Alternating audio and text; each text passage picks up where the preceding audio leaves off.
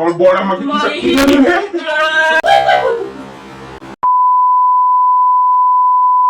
বেরিয়ে আমার সাথে এরকম হবে আমি কিন্তু কোনোদিনও ভাবতে পারিনি। ফার্স্ট টাইম এরকম অসুবিধায় পড়লাম। সবটাই বলবো, ভিডিওটা কন্টিনিউ দেখতে থাকো। বন্ধুরা সবাই কেমন আছো? আশা করছি সবাই খুব ভালো আছো, আমিও কিন্তু বেশ ভালো আছি। তো চলো ভিডিওটা কন্টিনিউ দেখতে থাকো। কি হয়েছে আমার সাথে রাস্তায়, তো সেটাই তোমাদের সাথে শেয়ার করবো। বিকালবেলা ঘুম থেকে উঠে বিছানাটা পরিষ্কার করে এখানে চলে এসেছি ছেলের জন্য দুধ করতে। কেন, অনেকটা সময়ের পথ যাবো, তো তাই জন্য ওকে বিকালবেলা এমনিতেই ঘুম থেকে উঠে খাওয়াই। আর যেহেতু অনেকটা যাবো ওই জন্য দুধ আর মুড়ি ওর জন্য করে নিচ্ছি। এখানে ছেলের জন্য দুধ বসিয়ে নিয়েছি, আর ওখানে ছেলে চলো দেখাই কি বদমাই।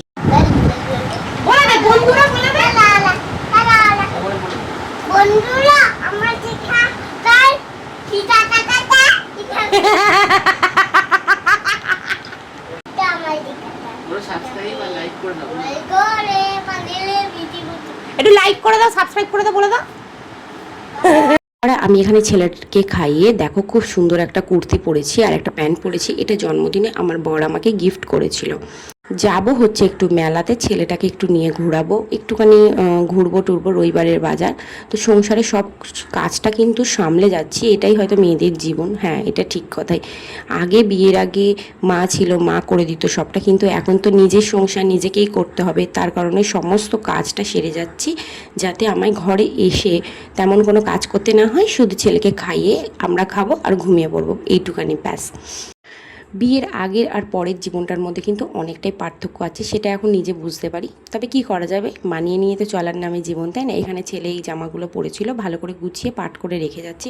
আর কি বলো তো, এত গরম পড়েছে না, আমি ভেবেছিলাম চুলটা খুলবো, কিন্তু চুলটা আর খুলে যাবো না। ওইদিকে কিন্তু আমি ছেলের জন্য রুটি করে ভিজিয়ে দিয়ে মানে সমস্ত কাজটা সামলে গেছি। আর আমরা তো টুকিটাকি মেলাতে খাবো, তার জন্য আমাদের জন্য আলাদা করে কিছু রান্না করিনি, একটা বিরিয়ানি খেলে আমাদের হয়ে যাবে।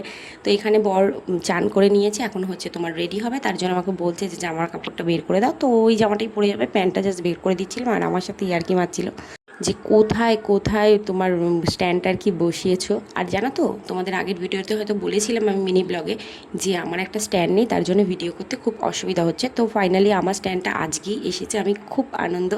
তো স্ট্যান্ডটা কিন্তু খুব সুন্দর এসেছে, তোমাদের নেক্সট কোনো ভিডিওতে আমি দেখাবো। এখানে এই জামা কাপড়গুলো সকালবেলা কেচেছিলাম, তো ওগুলোই শুকিয়ে গেছে, ওগুলো পাট করে জিনিসটা জায়গায় রেখে তো যাব। এইসব কাজবাজ সামলে কোথাও যেতে না একটু দেরি হয়ে যায়, কিন্তু কি বলো তো, একটা দিকে একটু নিশ্চিন্তে থাকি, এসে আমাকে আর এই কাজগুলো করতে হবে না। তো এইদিকে বড় রেডি হচ্ছে, ওইদিকে আমিও রেডি হচ্ছি। জানি না কেমন হচ্ছে ব্লগ ভিডিওটা, ফার্স্ট টাইম করছি, একটু মানিয়ে নিও। দেখা ওইদিকে তাকাও। তো আমরা হচ্ছে রেডি হয়ে গেছি, এখন হচ্ছে যাব একটু মেলায়, আর কিছু কেনাকাটা আছে ওগুলো করব।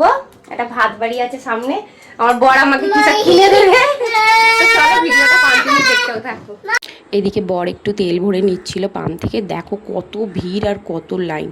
তো চলো তোমাদের এবার মেলা ঘুরতে ঘুরতে বলি আমার সাথে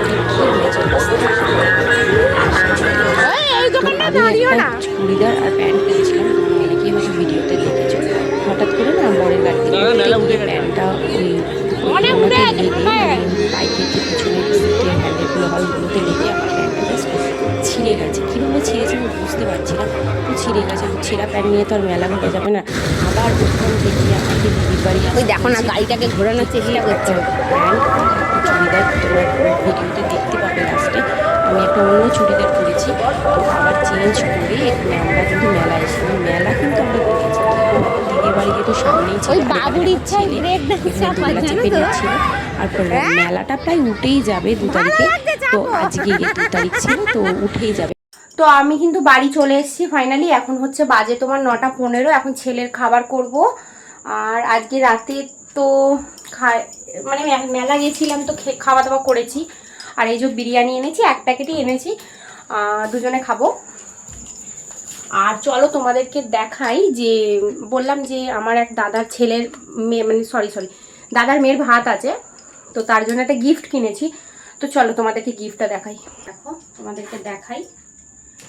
এখন সোনা দেওয়ার মতো ক্ষমতা সত্যি কথা বলতে নেই, তো এই বালাটা হচ্ছে কিনেছি, ক্যামেরায় নিশ্চয়ই দেখা যাচ্ছে।